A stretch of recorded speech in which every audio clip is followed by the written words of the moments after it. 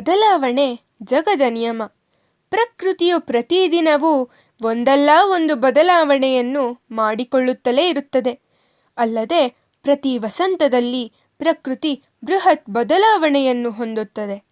ಪುಟಾಣಿಗಳ ಪುಟ್ಟ ಕೈಗಳಿಂದ ತಯಾರಾದ ಪುಟ್ಟ ಗಾಳಿಪಟವು ಸೂತ್ರಕ್ಕೆ ಕಟ್ಟಿದ ದಾರದ ಮೂಲಕ ನೀಲಾಕಾಶಕ್ಕೆ ಹಾರಾಡಿ ಎತ್ತರೆತ್ತರಕ್ಕೆ ಹಾರಿ ನಕ್ಷತ್ರದಂತೆ ಮಿಂಚುತ್ತೆ.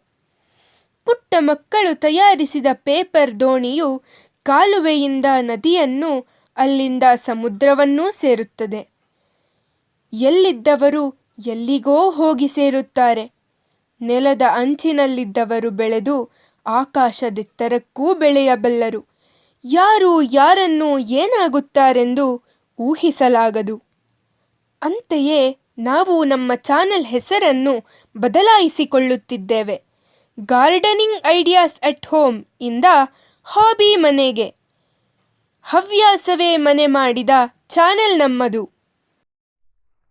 ಈ ಬಾನು, ಈ ಚುಕ್ಕಿ, ಈ ಹೂವು, ಈ ಹಕ್ಕಿ.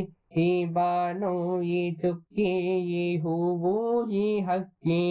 ತೇಲಿ ಸಾಗುವ ಮುಗಿಲು ಹರುಷ ಮುಕ್ಕಿ. ಯಾರು ಬಿಟ್ಟರು ಇದನು ಹೀಗೆ ಇಲ್ಲಿ.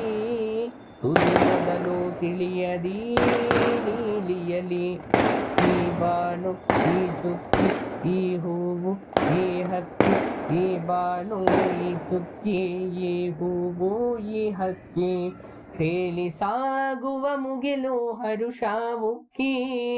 ಯಾರು ಇಟ್ಟರು ಇದನು ಹೀಗೆ ಇಲ್ಲಿ. ತುದಿ ಮೊದಲು ತಿಳಿಯದಿ